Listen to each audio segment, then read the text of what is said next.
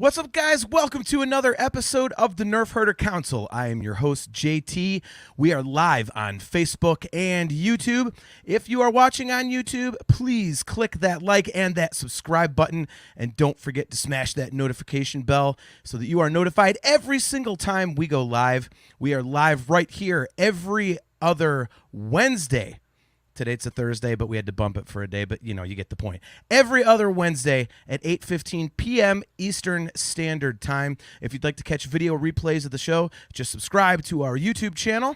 And if you'd like to catch audio replays of the show, just Google Nerf Herder Council Podcast. We're pretty much everywhere. So let me bring on my very good friend, my excellent orange-bathed co-host. It looks more like yellow, but what the hell. AJ, what is going on, man? Yeah, it looks like someone peed in my office over here. As long as it wasn't you, I think we're all good. So, I don't think so. You don't think so? I drink heavily. I'm never entirely sure. Okay. You might know something about that. You know, you witnessed it last night. I didn't see you drinking very heavily last night. Or did you imbibe after you got home? A little bit, yeah. A little bit means a lot. Okay, gotcha. All right, well, tonight is going to be a really good time because we are talking about horror movies yet again. And tonight we are talking about a couple of movies that are, I would say, pretty divisive. The Rob Zombie Halloween films. I've gotten into debates about these movies a lot over the years. Most people really hate the second one. The first one, people are kind of back and forth on. Personally, I love them both, so I wanted to come on and discuss these with you. But I also wanted to get a special guest host on with us who loves Halloween more than anybody that I know. And she loves watching scary movies, and Halloween is basically like a month-long Christmas for her. So without further ado, our special guest host tonight, my beautiful stepdaughter, Drew. What is going on, Drewby? Not much. So, kicked it. Yeah, I know what's going on. You're breaking your stuff. I kicked it. Way to go. Way to go. So, all right. So starting out real quick, before we asked you to come on the show and do this, you've seen these movies before, correct? Yeah, I don't think I've seen the second one though, because I watched it last weekend and I did not remember it at all. Maybe you saw it and you just thought it was so shitty that you didn't remember it. I would never. They're definitely better than the new one. Oh, Halloween Ends? Yeah. Yeah, that. I've tried to get through the first one of that new trilogy like 3 times, and I've fallen asleep every time. So I think I've seen all of it in bits and pieces, and does nothing for me. So I never saw Halloween Kills, and I haven't seen Halloween Ends. So. AJ, what about you? Where do you stand on these movies? I mean, you had seen them already, I know, before we decided to do this for the show. So, yeah, but it was a long time ago. I definitely I had to rewatch them. I did back-to-back nights of Halloween movies, which was pretty awesome. I'm not gonna lie. But yeah, I'm with you. Where like the first one, I remember very clearly. The second one, I remember just being weirder, and overall, I'd say that there was definitely a drop in quality with the second one, But I think that's because there's so much less story to it. It's just like, yeah, remember that guy that was walking around killing people in the first one? He's still doing it. That's like pretty much it. That's the whole plot. So, had either of you guys seen the original Halloween, like the 1978 one that the first Rob Zombie was the first Rob Zombie version was a remake of? Have you seen that? Yeah, I just watched it the first time last weekend. So, what did you think of it? To be honest, I kind of thought it was a little corny. Well, it is a horror movie after all. I mean, that's kind of part and parcel, isn't it? But Yeah. it's for me, it's one of those things where, it was made in 1978, and what scared people back then is like not the same as what scares people now. So Yeah. I could guess at the time how that would be creepy as hell, but yeah, by today's standards, it's really slow and kind of just plodding along, really. Yeah. But Yeah, I rewatched it myself, and I had forgotten that like nothing happens for the longest time in that movie. And then, like one of the first deaths where Michael Myers is choking out the one girl in the car, it's just like the worst acting ever. She's like, like, what is that? Like, what? Like, how? I know they were on a shoestring budget and didn't have a lot of time to produce it, but Jesus Christ, you couldn't get a second take of that? Like, that was awful. So, and also there's no blood. So I was like, okay, well that's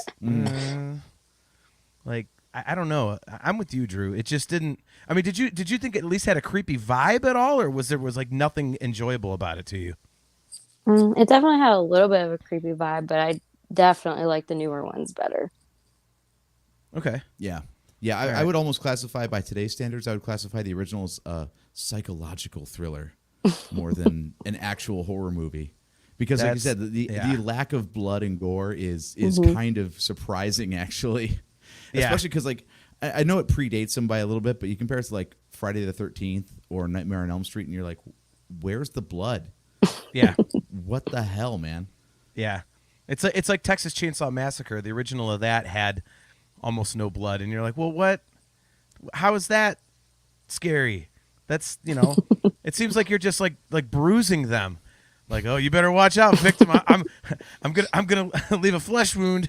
Like, what the hell is that about? So, all right. So, right off the bat, Drew, give us your like quick review of the first Rob Zombie Halloween, like your first impressions. Like, just what do you think of that movie in general? Like tell us a little bit about like where you stand on that first Rob Zombie movie. I've seen that one a few times. I definitely like that one better than the second one. Definitely a lot, like you said, definitely a lot more blood and gore. But yeah, that's definitely one of the top ones for me. Okay. AJ, where do you stand on the first Rob Zombie Halloween remake? I think it's a lot better than the sequel that comes after it, but what I like best about it is, unlike the original, it spends way more time with child Michael, and whoever they cast for that kid, like, I hate bagging on a child, but he does look like a friggin' psycho. He does. You look at that kid, you're like, yeah, something's not right there. Like, I hope someone has checked in on that actor in real life to make sure that things are going all right. Because, wow. But I think that's what makes it so creepy, is that it's not just like anonymous person doing these killings. It's like, yeah, this kid was fucked up, and then his entire life was spent in a mental institution, and he became more fucked up. So I think giving an actual backstory to Michael Myers helps so much more for the plot than the original ever did. So yeah, I think it's a great update on the formula. Okay. Yeah, for me, when I first saw this one, I loved it, and it caught a lot of crap when it was first released. And personally, I loved it, AJ. Exactly for the same reason that you just said, is that giving a little bit more backstory to Michael as a kid. I understand why some people would say, well, you don't need to know that. It kind of takes away some of the mystery of the character. Like, I can understand that, but I just thought it was kind of cool to see that descent into, what he would later become as the Thing. The Shape, I'm sorry. The Thing, that's another John Carpenter movie on a future episode of Nerf Herder Council. But yeah, I love the violence of it. It's kind of like we were talking about the original. It's very sterile. It's like, to me, I want a horror movie to be violent and gory and brutal, and this one is. It's like, okay, you got the three legendary killers, Jason, Freddy, and Michael Myers, and I want to see them chopping people into little bits. I want to see them carving people up. You know, I like it, not just implied and just, you know, sneaking through the bushes like a peeping Tom. And this is Michael Myers just going to town on people, you know, that, and I love it. So this has always been a favorite of mine. So like you, Drew, I really, really like this one. So I think that Michael Myers himself is actually better in this too. Not just like the casting of the kid and what that, but like in the original, he just seems stoic, like not like in a creepy way, but just in a I'm not doing anything interesting kind of way. Yeah. Like he kills a guy and he just like, all right, on to the next, whatever. All in a day's work. But you know, this time, like Rob Zombie like holds on a shot and you'll see him like stab somebody and then he'll just like, you know, turn his head just a little bit. That's like he's admiring his own work, you know, like it puts like so much more menace into his character. You're like, oh my God, he like instead of just being a robot going around killing people, this is a person who knows what he's doing and enjoying it, like impressing himself along the way. Like that's so much creepier. Look at this, our buddy Joseph Wren. He says, "Hey, look, it's Drew. Watch out for JT and AJ. They're dressed as stormtroopers." If we are, we're just like a stormtrooper because we missed the mark. Hey-o. Yeah, so, Drew, when you're watching Halloween movies, or horror movies, I should say, what are you looking for? Because, like, for example, like, when I'm watching stuff, I want the gore. The more gross, the better for me. So that's huge for me. I like it to be violent. I don't want to have my scares implied. Like, I want to know what's coming. Like, oh my God, this guy's going to turn this other dude into hamburger. Like, you're kind of like turning away from it. So, like, that's kind of what. So, if you could have like a perfect horror movie, what sort of stuff do you look for? Definitely the blood and gore. Definitely enjoy that. The one thing I did not like in the second one that I don't like for any scary movie is the killing of the animals. I can't. Like, John, I know you can't either. I can't even watch when they were doing that. I had to turn away. Yeah, definitely. It's been a while since I can find an actual scary movie that like makes me jump. Like I want to be able to jump, but I think I just watched too many scary movies that just like I just know what's coming at this point. Yeah, there's what was the name of that website that I sent you that my buddy he told me about it? Doesthedogdie.com. Yeah. It's like a list of all the movies where if you can find out if it's got animal violence or not. Like I'm totally with you on that one. Yeah, I can't do it. So AJ, what makes a good horror movie for you then? I'm with you. I like the gore. I like Drew was saying. I want to feel something, and we've seen people get dismembered a bunch, so that's a thing. But if you hang on it in the right way and you like get really up close with the camera or take too long on a shot, then I'm like, like that's exactly what I want. Like I found, like I just finished watching the second one about 45 minutes before we came on. And especially at the beginning, like in the hospital and all that stuff, like they get so up close with the camera and take forever to show the gore of what's happening to these people. I'm just like, I felt bad watching it. I was like, this is unpleasant. But that's exactly what you're supposed to feel. So yeah. I think it's really effective. I want to feel like uncomfortable watching it. Like it's like I should, even in the audience, I should be like running to call 911. Like someone's got to stop this. Oh my God. Right. All right. Well, let's dig into the first movie and then we'll do the second one after that. But yeah, like I said, to start out with, this one was kind of, it wasn't met with as much critical acclaim as I would have thought it was or would have been when it was released. I loved it. I went to the theater and he's hacking people up like crazy. I loved, like I said, little Michael. I mean, that first kill where he tapes the stepdad to the chair and then he's like, and then he just slits his throat. And then in the news report later, it says he was like stabbed in the face and neck like 17 times or something. I was like, holy crap.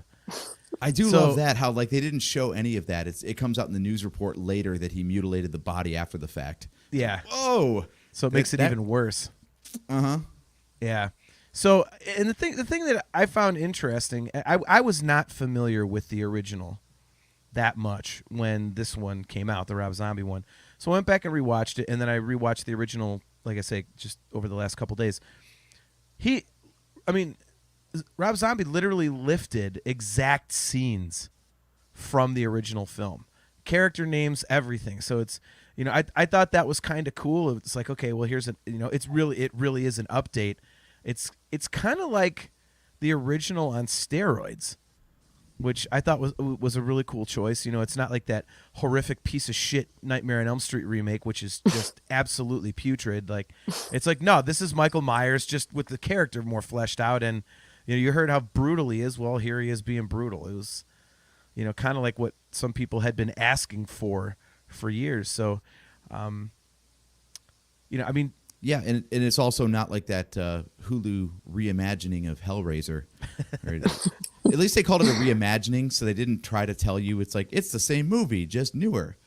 So like this one, just calling itself Halloween, it had to be Halloween, and yeah. I think they nailed that part.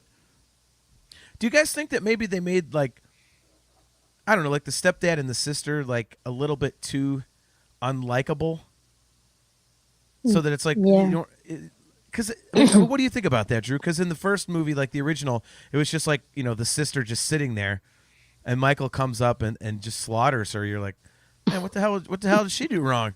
But in this one, you're like, yeah, I'd kind of want to cut your head off too. Yeah, definitely helps having that backstory of how they treated him, which I also didn't like in the original, how they didn't even show the killing of his sister, or they did, but you know what I'm saying, like it was through his mask.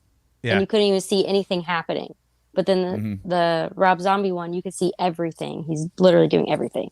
And in the original, they didn't kill the boyfriend. But then the Rob Zombie one, they showed killing the boyfriend. I wonder how much of what you don't see in the original is just a budget constraint. Yeah. It was a shoestring budget. I heard that even so they filmed it in springtime, so it wasn't even fall, so they had to get fake leaves. Yeah, and blow then they them had all to over the place. vacuum them up after every scene so they could put them down in the next scene to shoot with. So clearly I don't know, gore and visual effects takes a little bit of time and money, so that might have been a problem. Yeah. But to your point about like the Michael Myers part and making them too unlikable, John, I think it's effective because in the beginning, like, Michael Myers is just a kid. He's just an innocent little kid. So he starts by flipping his shit on awful people. And that it kind of makes sense. So he's not like totally the villain yet. Like he's crazy, but he's getting mistreated. So you're kind of in his corner anyway. And then makes him like a hero. Yeah. And then over time, it's just like, well, now that he's got a taste for blood, it doesn't matter if you're good or bad. He's just going to kill you anyway because that's what he likes to do. Yeah. Joseph Wren says, I do like the Rob Zombie remake of Halloween because it's the exact opposite of what the original was. Halloween doesn't really explain Michael Myers' backstory. It doesn't have to. Yeah, I mean, see, I guess that just depends on what you prefer. I really wonder if us not really getting into the original is just because back then that was revolutionary, and now it's very, very, very tame. You know what I mean? Like, it's... Not a lot of stuff from back then really holds up as something like, oh my God, except for something like Alien. That movie's still really, really creepy because it's about an alien. It's in deep space. Everything's dark and stark, and there's not a happy thing to be found in that movie, except for the fact that the cat lives, Jonesy lives, so that's good. But but not a lot of that stuff that was like considered scary is it's atmospheric. Just isn't really considered overly freaky, I suppose. Shane O'Mac, Shane Waffles Hardy, good to see you, man. He says, I'm sorry, most of his stuff is mid at best. I don't know, Shane. Are we talking Rob Zombie or John Carpenter? Michael Myers. He's rating the kills. That one sucked. He didn't even take his arm off. Talk about that, sure. Yeah, no, Shane, I would say the first Halloween movie is awesome. Devil's Rejects is fantastic. But the rest, I could see why you would say that. So I could get on board with that. Juanita Velez, good to see you tuning in. I like his movies. You have to learn to separate them from the original, not try to compare them too much. See, I don't know about that. I mean, I think if you're going to make a remake of something, you have to compare them. There's yeah. Plus, it works in our favor in this case because we're not really big fans of the original, so it makes the remake look better. Yeah, exactly. My wife chiming in, John is Oh, terrified shit. of Alien. That is the truth. That movie scared the ever-living piss out of me. And whenever I watch it these days, like, I'm still just creeped out. That damn I thought it was Aliens. No. Aliens with the face huggers. They both did, but the first one is what started it because that's the one I saw first. So that just absolutely terrified the bejesus out of me. And that stupid Alien Isolation game, I couldn't even finish it because it totally recreates the vibe of that damn movie, and it just creeped me out to no end, man. Oh, look at her. It doesn't matter. He's scared. Oh, shut up. You think ghosts are scary? Banned from the chat. Yeah, I think it's because we're used to different things now, maybe. But I like that. I like that he did direct callbacks to the original, so it's really grounded. In the original, so it's tied to it. So it's kind of like you said, AJ, not a reimagining, and you could tell he was a fan of it. Like it's not like he tried to throw everything out. It seemed like a guy who sat down and is like, "This, I love this movie, but it needs an update." So he was just like, let's make the same movie again that audiences now will actually be affected by. And I think that's perfect. So what did you guys think of the Michael Myers escape where they were walking him out, they had like 6 officers and he breaks the handcuffs. What did you guys think about that? Drew, I'll give you this one. Well, actually, I actually jumped a little bit because I was not expecting it. Okay. I was like, oh, no. But I thought definitely gory. I was like, oh. I kept saying, oh. Because something just kept happening. But I definitely, yeah. It sounds so bad to say that you enjoy stuff like that, but I definitely did. You're not alone. You're not alone in that. So, what about you, AJ? Did you like that, the way that he got loose? I did. Like, Rob Zombie has this really effective way of like giving you exactly what you expect, but still surprising you at the same time. Like the shot that it reminds me of, because like Drew, like you, like as soon as they're like doing the transfer, I'm like, okay, this is where he busts out, and this is like without even having known the plot. I'm just like, this is obviously where he's going to escape.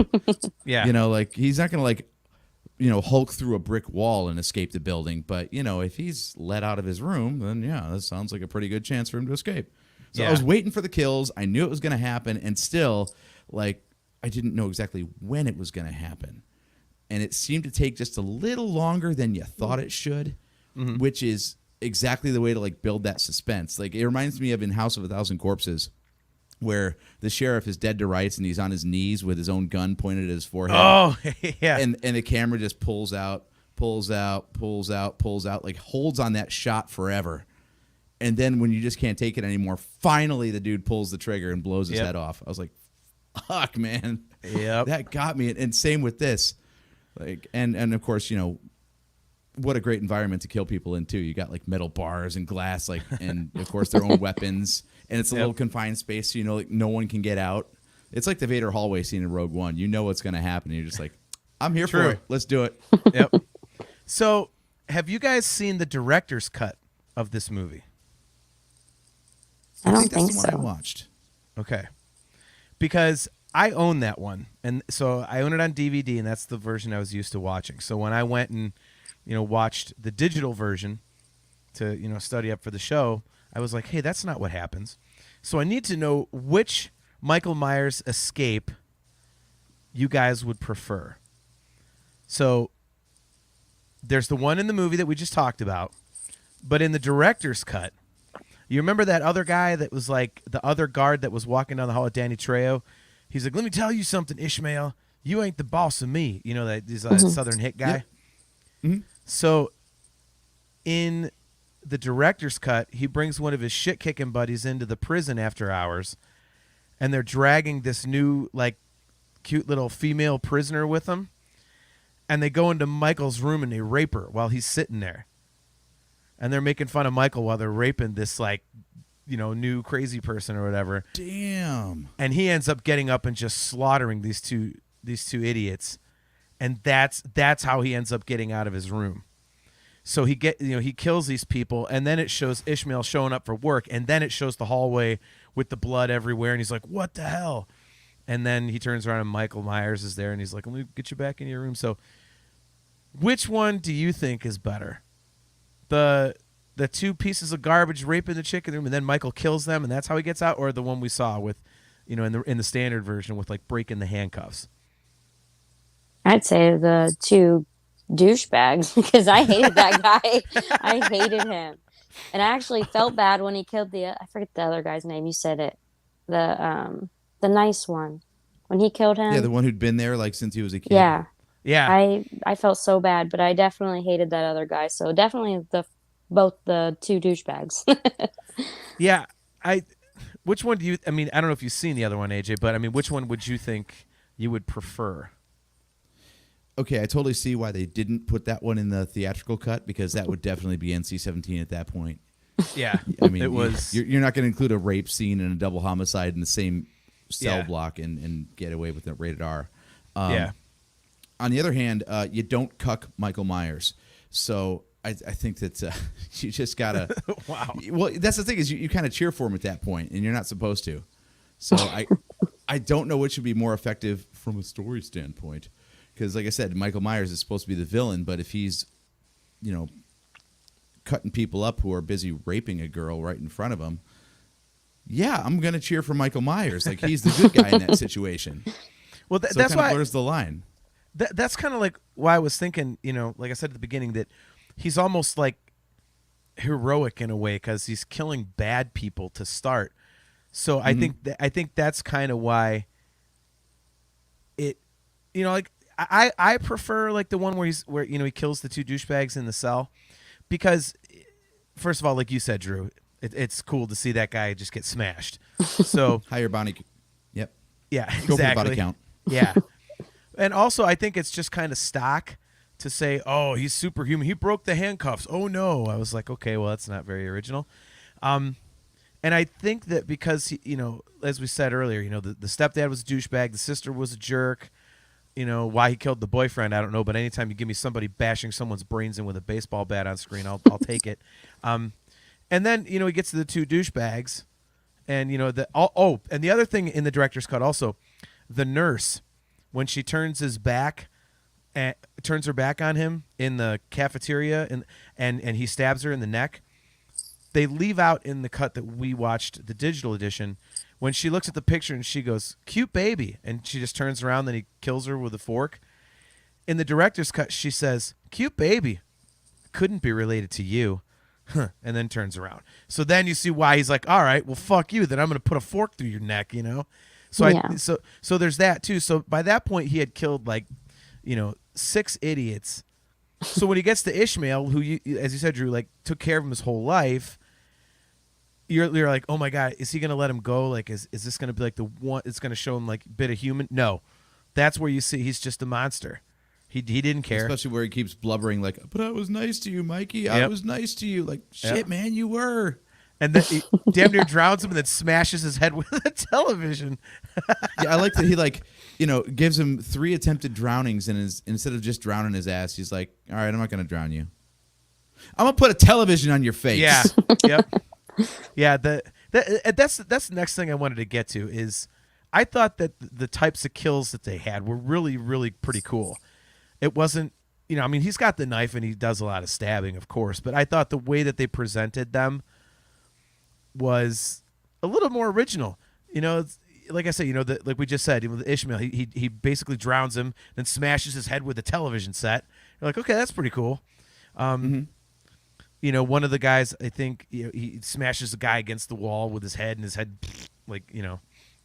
so that was Shane O'Mac. Welcome to prime time, bitch. Oh, wrong movie. Nice. Oh, the best of the Elm Street movies. Todd Gatchell, good to see you, man. He says, "That's great. I've never thought of Michael as a vigilante. LOL. I guess Jason technically too, eh?" That's hilarious. First time catching the show. Been a long time. Glad to see you are well. You too, brother. Thanks for tuning in. I appreciate it. But yeah, and then you get to stuff like when he meets Joe Grizzly at the truck stop.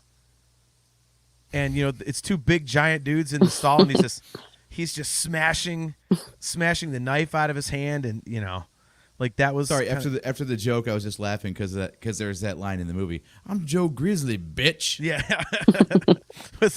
I got a Taco Deluxe Supreme talking back at me. So we've all talked about like the gore, like, so what did you guys think of the quality of the kills in this? Because it wasn't very stock. I mean, so where do you guys fall with that? Go ahead, AJ. Drew? You go first. You're punting me. Okay. All right.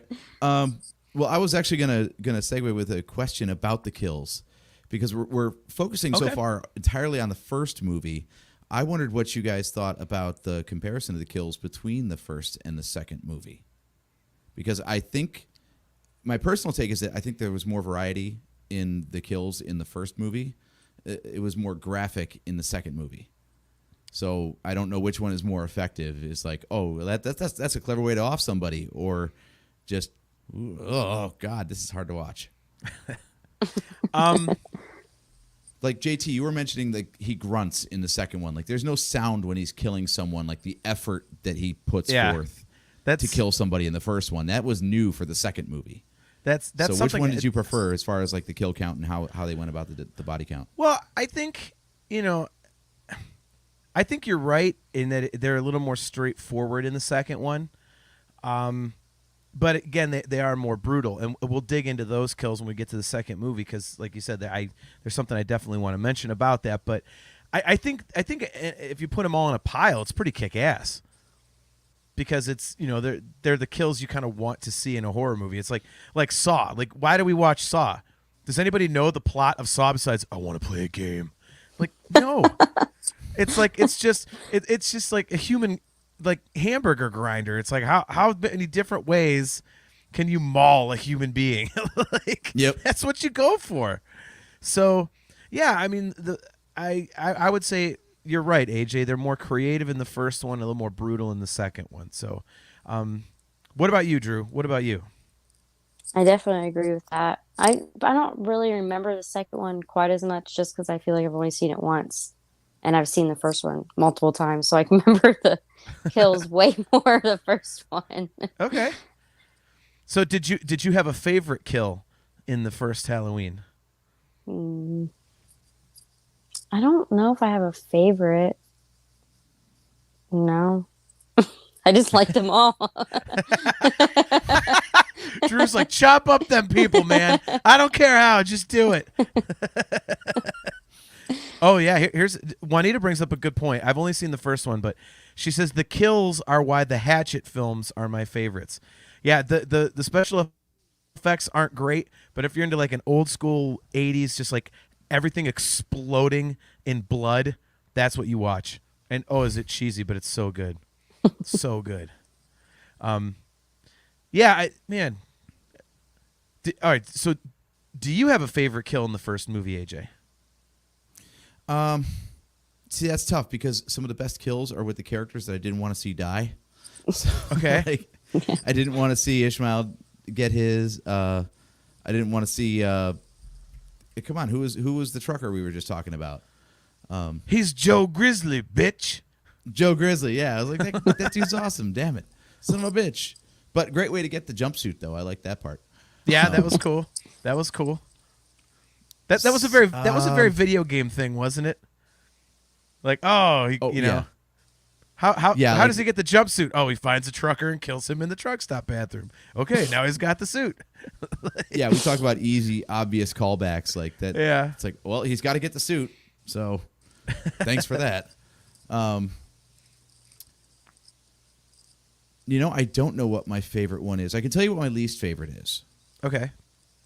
My least favorite is the callback to the original with stabbing the boyfriend through the chest up on the wall and leaving the chest in there. What? Leaving the knife in there. Because it makes no physical sense. Oh, come on. Are you really going to do the physics of this shit? Really? Drew, what do you think? It would have to be a frigging sword.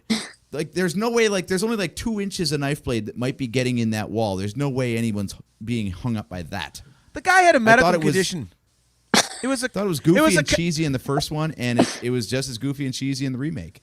The guy had a concave sternum. Maybe you don't have to call back to that part. Of all the scenes to recreate, maybe you don't do that one. Or do it more. Like, find other things to stick him into the wall with. Dude. So it starts with that, and maybe he like, you know what they should have done? You know what they should have done? Take a page out of the Family Guy's playbook with the frog, where Peter, tries to buy a frog as a pet, and he says, I poked some holes in his back so he could breathe. And then he's trying to get the dead frog out the window, and it's just like over and over and over and like awkwardly too long. Like, he should like stab him through the chest, hang him up there, and then watch him start to slide off. He's like, whoa, whoa, whoa, whoa, whoa, whoa. Hold on a second. Like he's hanging a painting. Yeah, like just find other shit to stab through him, like until he's like really stuck up there. The girlfriend's sitting in bed like yelling, "Hey, where's my beer, asshole?" And it flashes the hallway, and he's got like construction overalls on. He's like got nails sticking out of his mouth, like he's hanging up a picture, like he's like got a level and everything with the corpse on the wall. Oh my God! Yeah, see, Steph says it. AJ, you're going into the physics of it. Steph says, and Michael still being alive after the first movie into the second is completely real. So yeah, dude. Granted, dude, yes. He stuck a guy to the wall.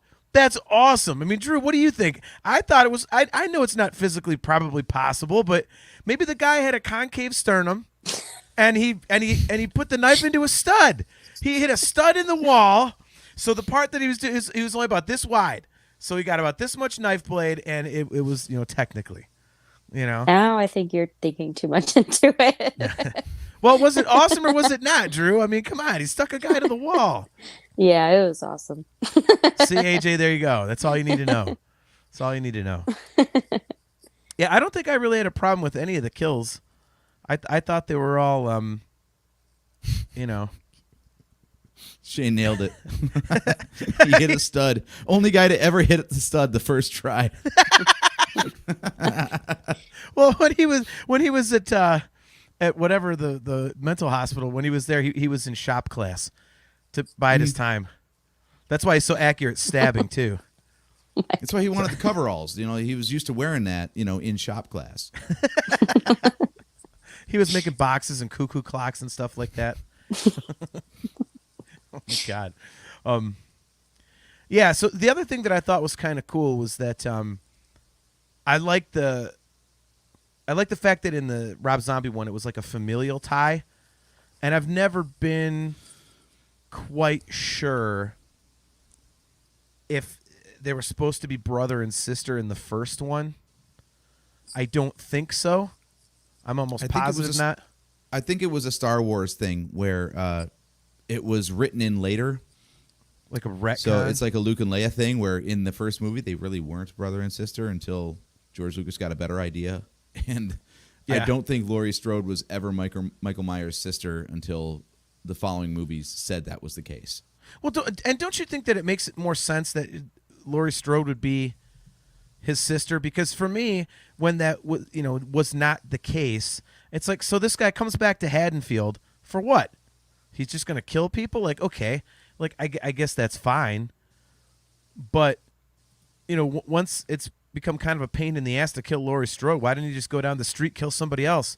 That's not going to be a pain in his ass. I thought the Rob Zombie thing where there's that tie, like he's coming back for his baby sister, I thought that was cool. It added a little bit of a human element. So yeah, that confused me. They did a great job of keeping that secret too. Sorry, Drew, what did you say? No, I was just saying that it confused me too, because in the new ones, like, I can't remember if it's Halloween Kills or Halloween Ends. I can't remember. But Laurie's granddaughter, someone said something to her about Laurie being Michael Myers' brother, and she said, no, that was just a rumor. But then the whole other ones, it made it seem like they were brother and sister. See, that's interesting. I think that's probably because I don't think John Carpenter liked the idea of, I don't think he liked the idea of the brother-sister thing. And he is actually like an executive producer on these new ones, so he was kind of involved in the story of it. So, all right, yeah. I'm going to put something up on the screen here real quick. Okay, go ahead and read Juanita's comment here first. Sorry, yeah. Juanita said, them being brother and sister depends on the timeline you follow. It was the second movie where they said that. Yeah, that's what I thought, Juanita. And I forget, was John Carpenter involved in the second one? I thought it was only the first one. I should have done some research. All right, so AJ on the screen has the Halloween timelines. Okay. Yeah, so it gets murky really fast. So I don't know what the actual canonical. It's like trying to plot the Legend of Zelda games. Like, it depends on which timeline you want to believe in. Well, at least there's only 3. Like the ones that don't, there is no timeline. It's just these two we're talking about, and then the anthology timeline is Halloween 3, which has nothing to do with Michael Myers. But yeah, everything starts from the first one, and I guess the new trilogy that started in 18. So Halloween, Halloween Kills, and Halloween Ends. Like those are technically Halloween 2, 3, and 4 if you branch off the first one. And I'm not going to explain this. So if you want to see the timeline, go to our YouTube channel if you're listening to the audio version. Right. So you've got a branching timeline right after the first movie. Then you've got a branch off of one of the branches. Yeah. For the H2O timeline. And then Halloween 3 just doesn't exist in any timeline. It's like, why the hell did you call it Halloween then? Rob Zombies are on their own. Like, Jesus, man. No wonder no one keeps track of this crap. Who designed this place? Right? Man, oh man. So so the timelines are really confusing. But the thing I loved about the way Rob Zombie handled it in the first movie is it was like trickled out. It wasn't a big deal. Like you knew as the audience member that there was this baby, and if you saw the original, as soon as she was called Lori as a teenager, you're like, oh shit, okay, I know who that is. But they didn't connect all those dots like explicitly until later in the movie, so it wasn't a big deal. It was just anonymous babysitter who happens to survive a lot. Yeah, she was a resilient babysitter. That's true. That is true. Yeah, I don't know. There you are, John. Your Wi-Fi did it again. Are you serious? Yeah, I thought you were stuck there for a second, and then yeah. Anyway, all right, sorry. Yeah, I just think this is a really good underrated movie. I like the updates to the original, like the callbacks to the original. It's again, I think it's like the original on steroids. And I understand why some people might not enjoy that, especially if they're really big fans of the original. But I think when you look at all of the remakes that have been done, like you say, of the main movies like Hellraiser and Friday the 13th and Nightmare on Elm Street, like this one is by far the best one. By far the best one. And I like the Friday the 13th reboot. That one's cool. But I just think this one is, it stays true to the original and just adds to what was there. So it doesn't change things like, that Nightmare on Elm Street, like, oh God. We're going to have to watch that and do an episode about that one and just call it, we're going to be pissed off for an hour. Have you ever seen that movie, Drew? I watched all of them that was on your Prime, so if it's on there, then yeah. Oh no, I would not spend a goddamn penny on that movie. It is absolutely horrible. Why is it always on the front of my Amazon Fire screen then? Like I thought it was because you owned that movie. Hell no, I don't own that movie. I have the 1984 one, the original Nightmare on Elm Street. No one's paying money to promote the Michael Bay version, but it's there. Like it's front page for me every time I fire it up, and I've never seen it, and I've never paid any money for it, so I don't know why it's there. But fuck that shit. Ugh. All right, I just got before we get into 2, I think I got 2 things to say about that Michael Bay remake. About doing a show about it. 1, when do you plan on doing that? And 2, I'm busy that day. I'm sorry. That movie is absolutely god awful. That'll definitely be a bitch fest from start to finish. Yeah, Shane says it, man. We love the nostalgia. Younger crowds need constant action. It's just the evolution. Yeah, I would agree with that. I just think the original, like, it just nothing happened for so long. I mean, I get it's a slow burn and stuff, but that was a little too slow, I think. I think the reason that we like the new one so well compared to the original is, and I know we try not to get too smart on this show, so just mute me if I go too nerd here, but I think like what scares people changes over time. Like back then, it was the Cold War. It was this ghostly looming threat. So the undefined terror was the scary thing. So Michael Myers, like, how does he have these powers, and how can he resist all this, and how is he so strong? And they're like, we don't know, and that's what's scary. But by the time this one came about, it was post 9/11, and the things that scared us were real people doing real horrific things. So the more that horror movies started to ground themselves in reality and try to explain how these things happen, it became scarier because you're like, oh crap, that's plausible. That could actually happen. And I think you're going to the second movie now, and that's where I think the second one kind of falls down, because it leans back on the old mysticism and supernatural stuff that's harder to believe in than just this guy is really big, really angry, and has no remorse. Yeah. Well, getting to the second one, I remember reading somewhere sometime that Rob Zombie did not want to make this movie. It was never his intention to have a series of these. He wanted to do the one and be done, and the studio, he got suckered into it somehow. So as we alluded to earlier, the kills in the second movie are much more brutal. And that's why I like it. I will never forget, I actually saw this movie by myself in the theater when it came out. It was a Sunday afternoon. I had nothing going on. I was like, I'm going to go see the new Halloween movie. So I went, and I remember sitting, I was like uncomfortable in my seat because I was like, God damn, this guy's effing people up. Like, it was, to the point where instead of just hacking away like normal, they actually put the sound in there. Like, you hear him going, ugh, ugh. Like, you can hear him, the physical effort of how hard he's stabbing people. You're just like, holy crap. So, like the first kill in the hospital with the nurse, he's just going at her. And even after she's dead, he sits there for a second, then goes back for more. You're like, okay. Like, I think she's dead, bro. Like, So what were your first impressions of this? I know, Drew, you said you've seen it maybe once, but so that means it's kind of fresh for you. So what were your impressions of watching this one compared to the first one? Well, I'm just gonna say I was very upset about Annie dying in the second one because she made it through the first one, and I liked her. So when I seen that what he did to her, and then her dad walked in and there's just blood everywhere. I actually wanted to cry in that part. I never want to cry in scary movies. That part, and then it was just a little like strange. Like Lori just became crazy. And the end when her mom appears and she's in that like white room and she just has like the most creepiest smile ever, and that's where it just ends. I'm like, what is happening?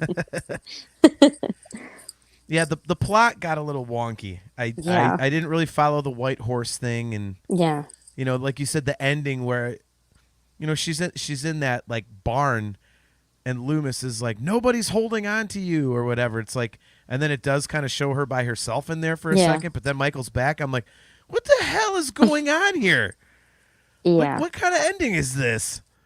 So, but again, I don't go into these sorts of movies looking for any sort of deep meaning. I don't go in there like, oh, this is, I don't really watch the plot. Like, that's so not, it has to be really, really terrible for me to pay attention to the plot of a horror movie. And I never really paid attention to the plot in this because the kills were amazing. I mean, dude, let's face it. Maybe the best kill in any horror movie. One of my all-time favorites anyways, in this movie. The dude at the dumpster.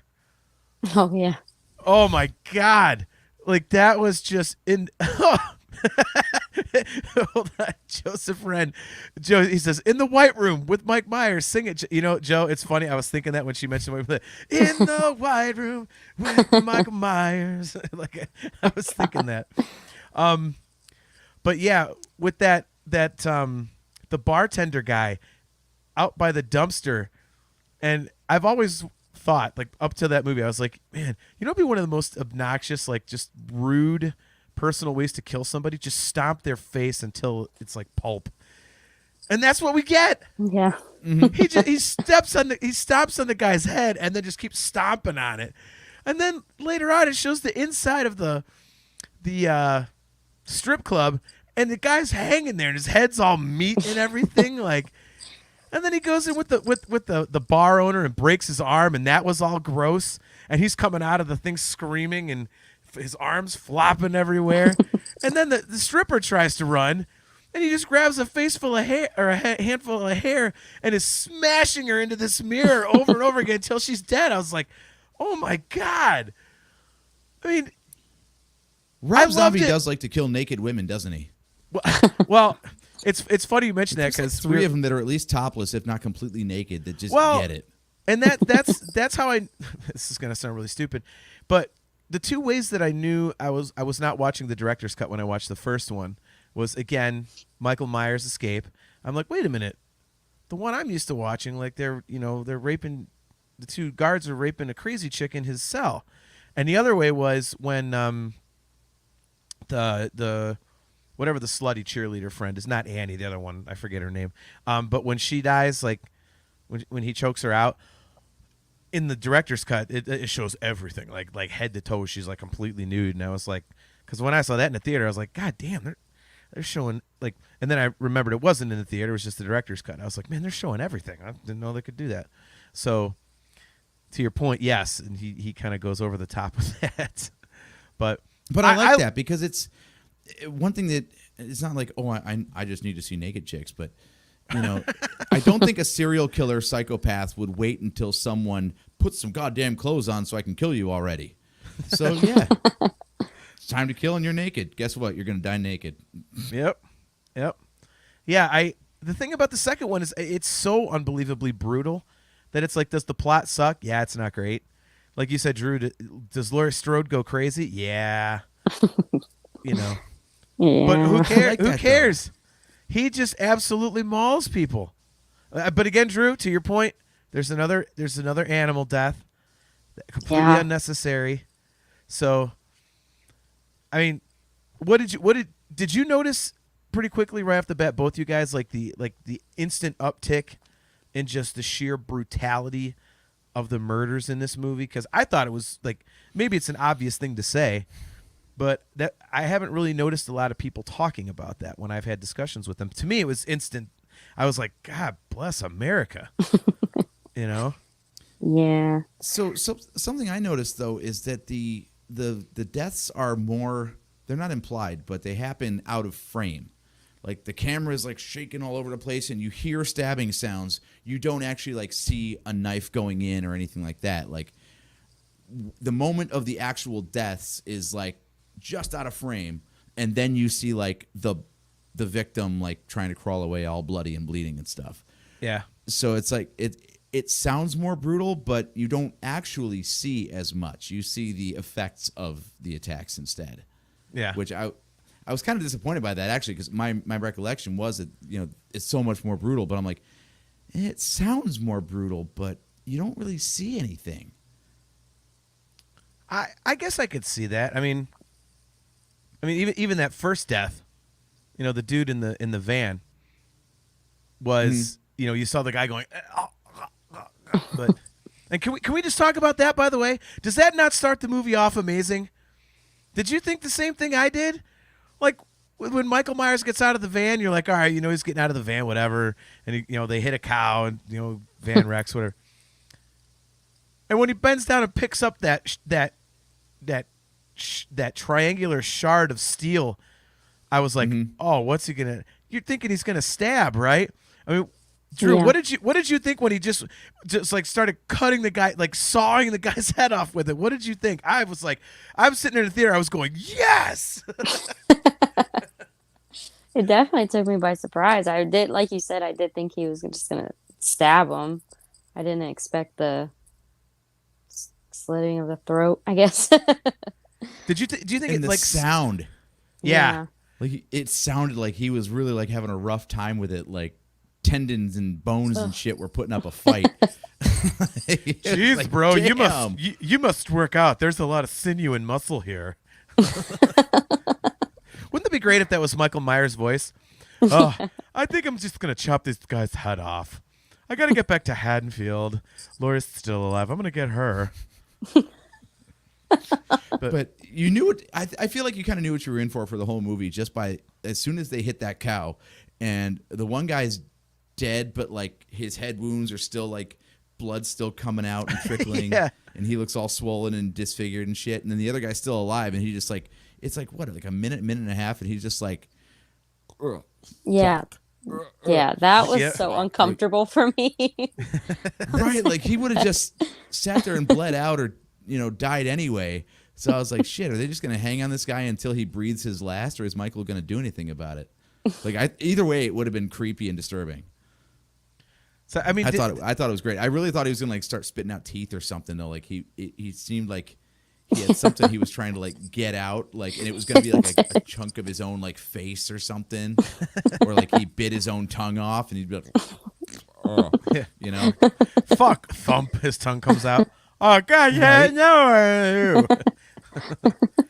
So, I mean, yeah, but did that kind of like immediately, Drew, kind of like make you think, "Goo, what's going to happen in this movie?" Because I know for me it did. I was like, wow, this seems like it's kind of been taken up a level. Yeah. And then I'm like, are they going to be able to continue this? And then, of course, the first death in the hospital, you're like, wow, okay, that's two. Now, question about this. Did we see real deaths? Because it's revealed about 15 minutes in that Laurie's waking up from a dream. So were we watching the dream, or were we watching facts as they unfolded a year prior to her having that nightmare? Wow. That's a good question. What do you think, Drew? Do you think it was like a flashback to actual things, or is that just the beginning of Laurie's dream? I didn't even think about that till now. I guess I didn't even put two and two together. I don't know. Because I forgot about the whole dream fake out until I watched it tonight. And like he gets to Haddonfield and gets to her like immediately. I'm like, what the shit is going on? And then she does the scream wake up from the nightmare. I'm like, oh, so does that mean everything in the movie so far has been part of the dream? God damn it! Now I gotta think watching this movie. I like that it's vague though. It could be either way. What? Okay, so if you had a preference, Drew, what would you prefer? That it's like this is all kind of like a psychological dream thing, or like just all of it is completely real world and Laurie's just a kook? All of it real.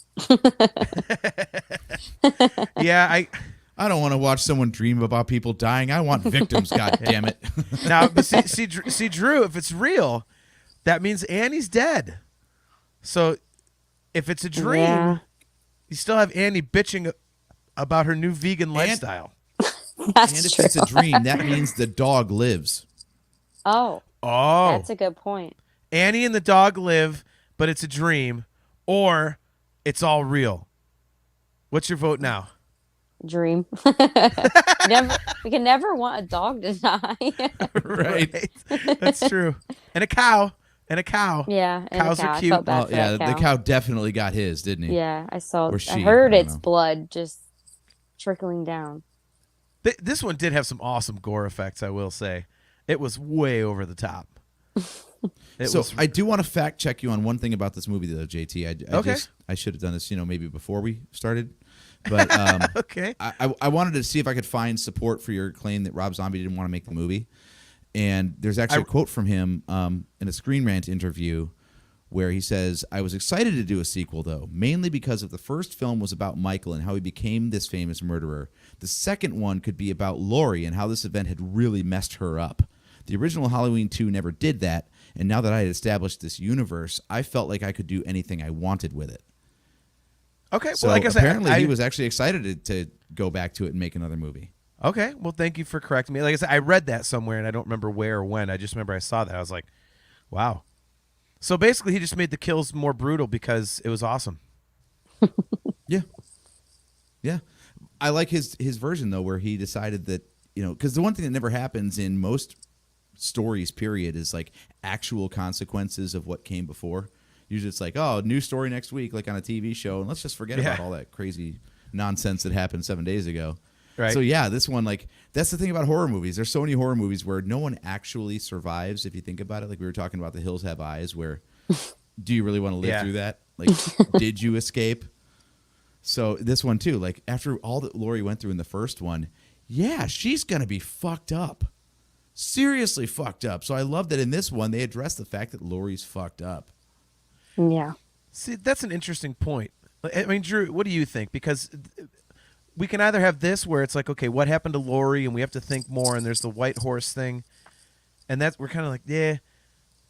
But then again, what would you feel like if all they did was kind of like a rehash of the first one? Oh, he's loose, he's killing people, and Laurie runs away. Like, Yeah. how would you feel about that? Just getting like a rehash as opposed to something that does make you think a little bit and tries to do something different, even if it's not done very well in execution. No pun intended. Yeah. I think that now that you're saying that, I think that they went the right way with it. But like with Halloween Ends and Kills, it still shows Laurie like not crazy like she was in the second one, but it shows like how she is like going crazy with protecting her and her family and doing all the extra like stuff to her house if he comes. So it all like leads to it, and it all makes make sense. Do you think that those version new of Laurie is more like a Sarah Connor, where yeah, the way she was affected by it was to guard the fuck up. Yeah. Whereas like this one, she's like, I can't handle life anymore. I'm ruined. She was. Yeah. Okay, so I'm connecting dots in my head, and I want to get your take on this, guys. Okay, so after that quote of Rob Zombie talking about how this whole movie is about looking at how Laurie got screwed up from the events of the first movie. Plus, we've got that dream sequence at the beginning, and the fact that it ends with her in an asylum, and the murkiness of how, like, throughout the whole movie, Michael is the one seeing his mother and the white horse, and then Laurie starts to see it, and then when she's trapped in the barn at the end, child Michael Myers is holding her from escaping when there's no one really there. Could the entire movie be in Laurie's head? Could she have been in the asylum the entire time? I don't know about you, Drew, but looking at the whole of it, I think that's possible. What do you think? Yeah, I think so too. Because the end is just totally different. Like she's sitting in that sanitarium or whatever, and it's like the only time you see her like that. Yeah. And also, again, the part in the barn where Loomis is like, "Nobody's holding on to you, Laurie," or whatever. Like it's. Now I want to go back and rewatch it to see if there's like any wounds that she takes. Maybe like if she incurs like an injury in the movie that's not there in the sanitarium. And then that's the tell. It's like, okay, she imagined it. That didn't actually happen. Would there be any way to explain why Loomis is suddenly like a gossip monger, like a total prick? Like, was there anything in the first movie that he did to her that basically, in her subconscious, would make her think that he's just like this piece of crap? No, I guess that doesn't really correlate, does it? Yeah. And Plus, also, part of her freak out in the second movie is finding out that she's related to Michael. Yeah. Yeah, man, that's hard. Didn't mean to grind it to a halt, but I was like, holy shit, wait a minute. Like if I had a corkboard back there with red strings and push pins, I'm trying to connect the plot points.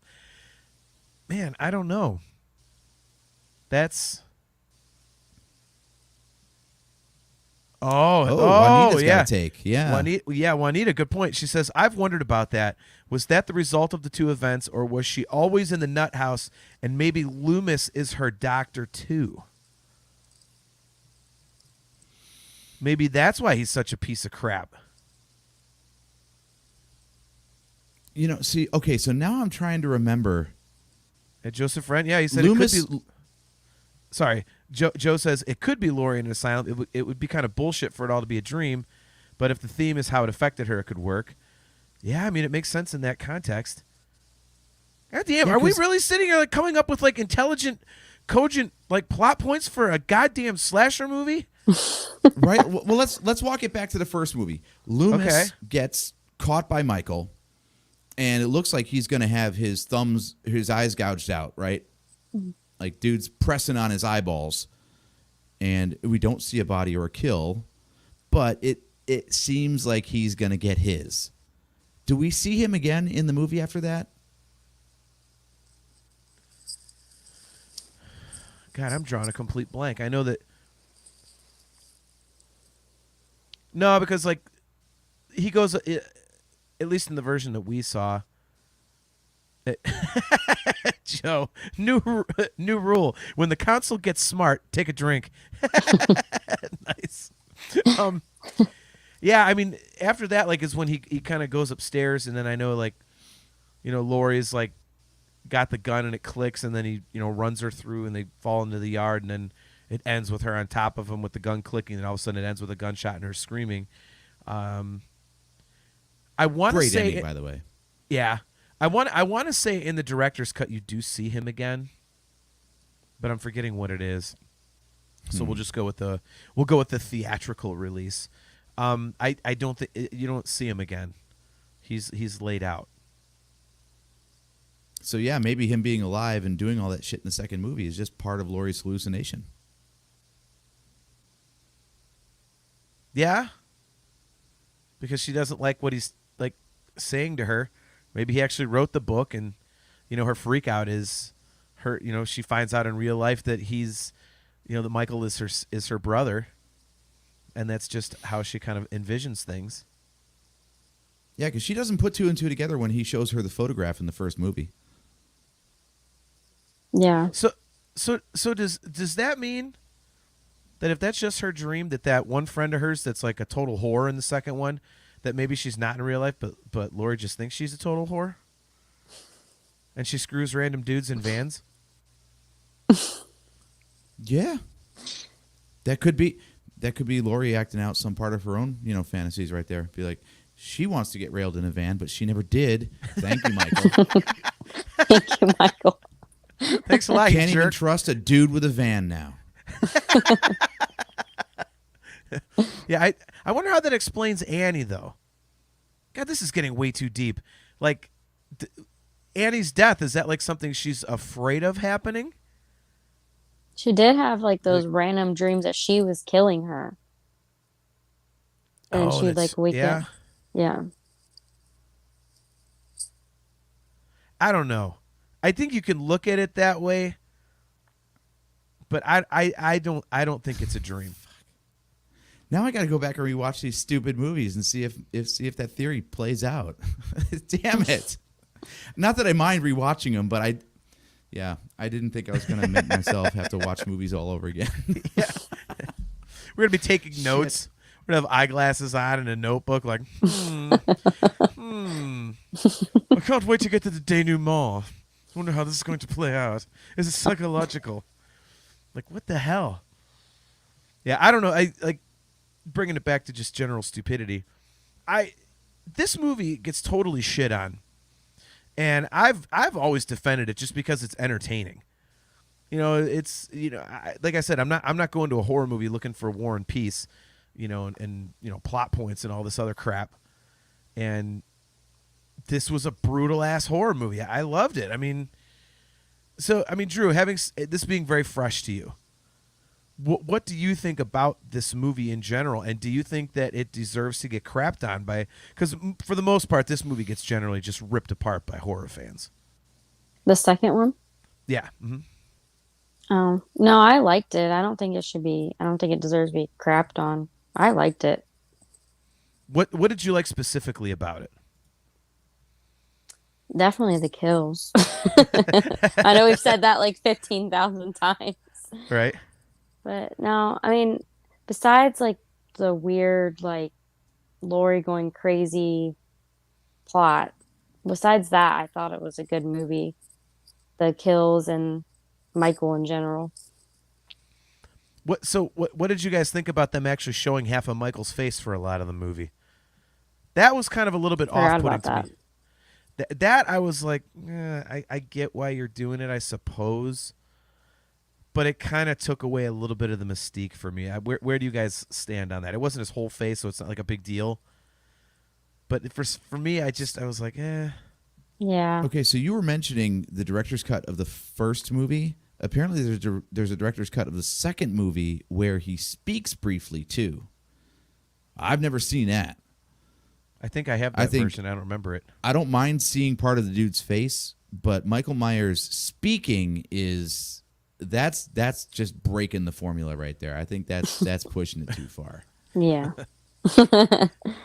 They make a point of it in the first movie, like, Michael, you haven't spoken in 15 years. Okay, so don't get talkative in the second one. They should, like, him grunting was disturbing enough, like, and that is disturbing. The fact that he doesn't speak, like, if he starts talking, now it's just like, well, you're just a person then. Can we go back and insert fart noises into certain parts? Like you said, sure. in the first one, when he's like, Michael, you haven't spoken for 15 years, and it just shows him,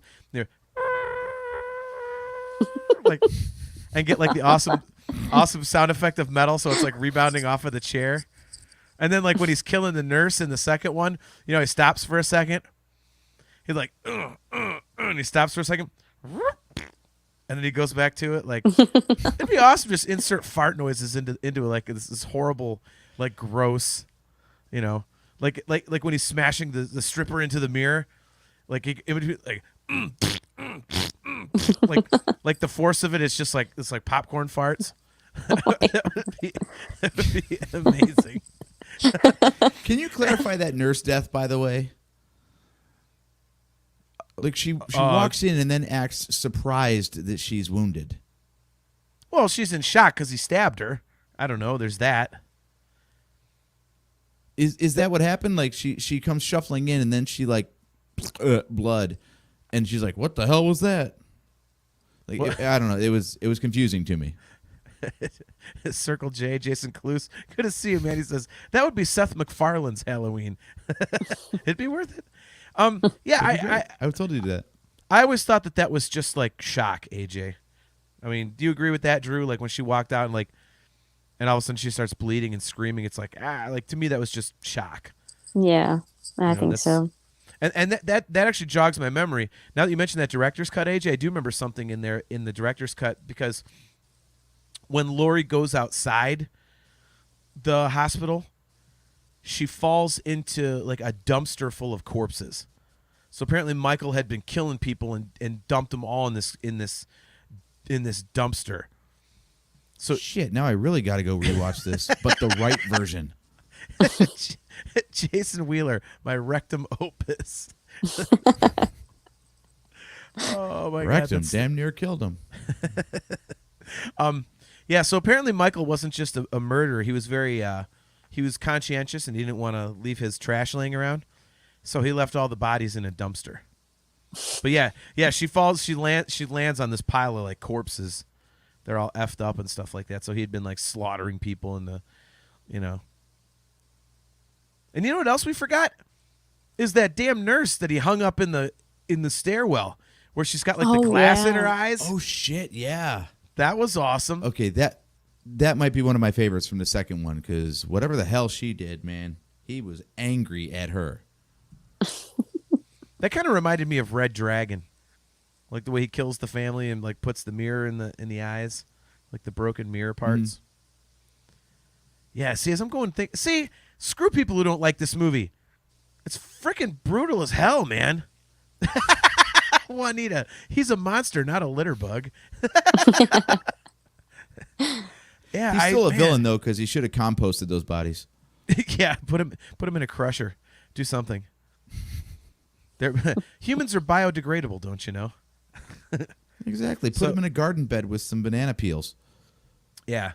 So, all right. So, overall thoughts on the Rob Zombie Halloween. I will start. I think they're great. I think they're fun. I mean, if you're looking for, the first one is basically a callback to the original, and I think it as I said earlier in the show, it's like the original on steroids, and it's, as the years have passed, Michael Myers has been, cast as this brutal killer and heartless and, soulless, and I think you actually physically see that. in the Rob Zombie version, especially in the second one. The second one is just a kill fest, which is totally awesome. So I think they're entertaining. I mean, if you're looking for some deep plots and meaning and all this other stuff, I mean, obviously it's not going to be there. And the plot of the second one is wonky. But I think they're entertaining, and given the concept of Halloween with Michael Myers is unkillable, I thought they were fun. What do you think, Drew? What are your final thoughts about the Rob Zombie Halloween movies? I think that the Rob Zombie ones are definitely my favorite ones out of the original, and then out of the two new ones, Halloween Ends and Halloween Kills. I definitely liked it, and the kills, of course. All right, AJ, what do you think? Yeah, I mean, we've got a ton of different Halloween movies now and different timelines and stuff. I think that I like Rob Zombie's 2 movies that he did, and the Screen Rant article even says he had no intentions of making a third. So it's nice of him to leave it at a cliffhanger. Like, if someone wanted to pick it up, they could have, but it just got caught in development hell, and they went back to the originals. But of all the different takes on Michael Myers that they've done and tried through the franchise, I like this one the best. Like, the kills hit hard, which I love, and the story makes enough sense to string all the deaths together. Way more than we were just shitting on Halloween Ends. So I mean, I was really hoping with the newer Halloween movies that they would get this visceral with the gore, so it would feel heavy and hard, but it's just cheesy slasher, whereas the Rob Zombie stuff is still hard to watch. I was glad when Halloween 2 was over, not because it was a bad movie, but just because I was like, oh, I don't feel good watching this. And that's intended though. So it still hits just like it did back when it was made. So I think it's a great pair of movies. And I'm actually kind of glad they didn't try to keep stringing it along for sequels, because without Rob Zombie doing it, I don't think it would have been worth a damn. I agree. Yeah, I agree too. All right, before we go, Drew, do you have a favorite horror movie or horror movies? God. Is there anything that comes to mind? I love that he keeps putting you on a spot first, so I have time to think about my answers. Thanks for that, because I watch every scary movie. You're right. It's hard for me to pick. If I had to pick out of Freddy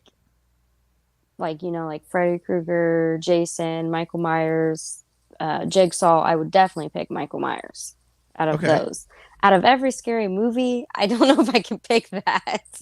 Is there so there's not one that totally stands out to you then? Okay, I actually just watched Annabelle Creations. That was creepy. I actually jumped quite a bit in that one. And I don't like dolls and anything like that, but that was a good one. I was going to say, is it the doll thing? Yeah, the dolls. And I don't usually watch those, but Marcellus had me watch it, and we were both jumping. Okay, all right. I have two. And one we just talked about, and that's the original Hellraiser. So that one always stands out. And you know what other one stands out to me as well? Human Centipede 2. Oh my God. Oh, that movie. Have you ever seen that, AJ? Yeah. Oh, man. That movie is... I love the concept of that movie. You want to talk about a disgusting, just... Oh, you got to turn your head type of... Oh, so good. Again, I love the concept where the guy that made the first one, people were like, oh, that's not as bad as I thought. He got pissed off. He's like, oh, you don't think that's bad? Well, I'll show you bad. And holy God, did he. The one thing I want to see, I want somebody to put out a colorized version of that. Oh. Because it was so gross, they had to make it black and white. I'm like, oh, show me the color.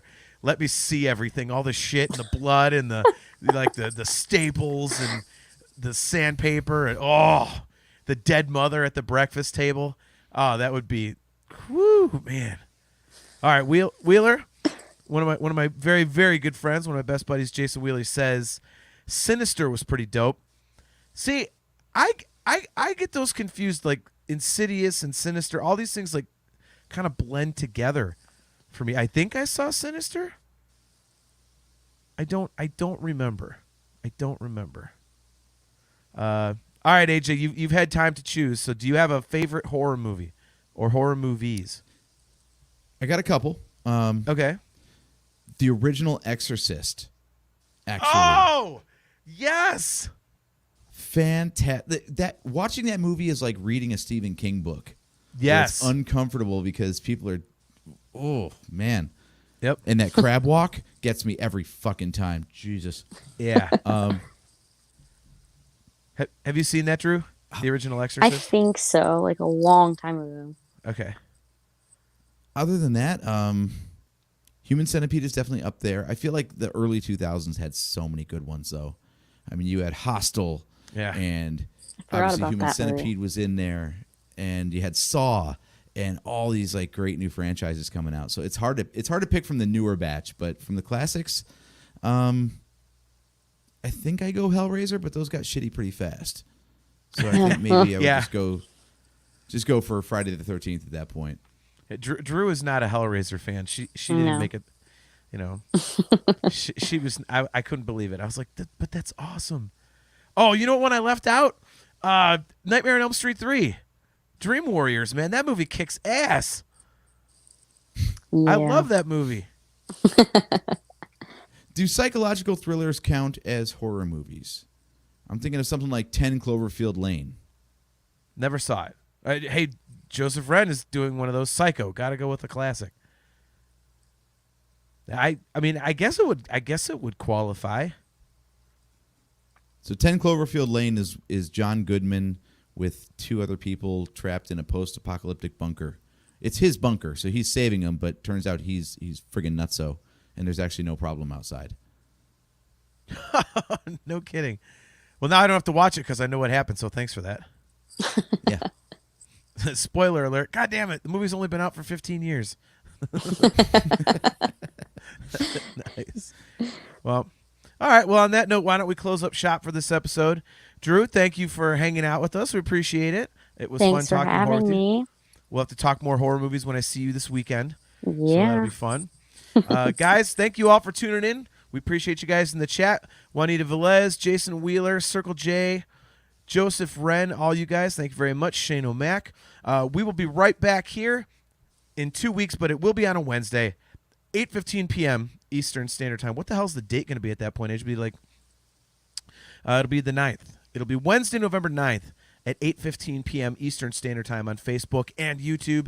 If you are watching on YouTube, again, please click that like button and that subscribe button and smash the subscription bell so that you're notified every single time we go live.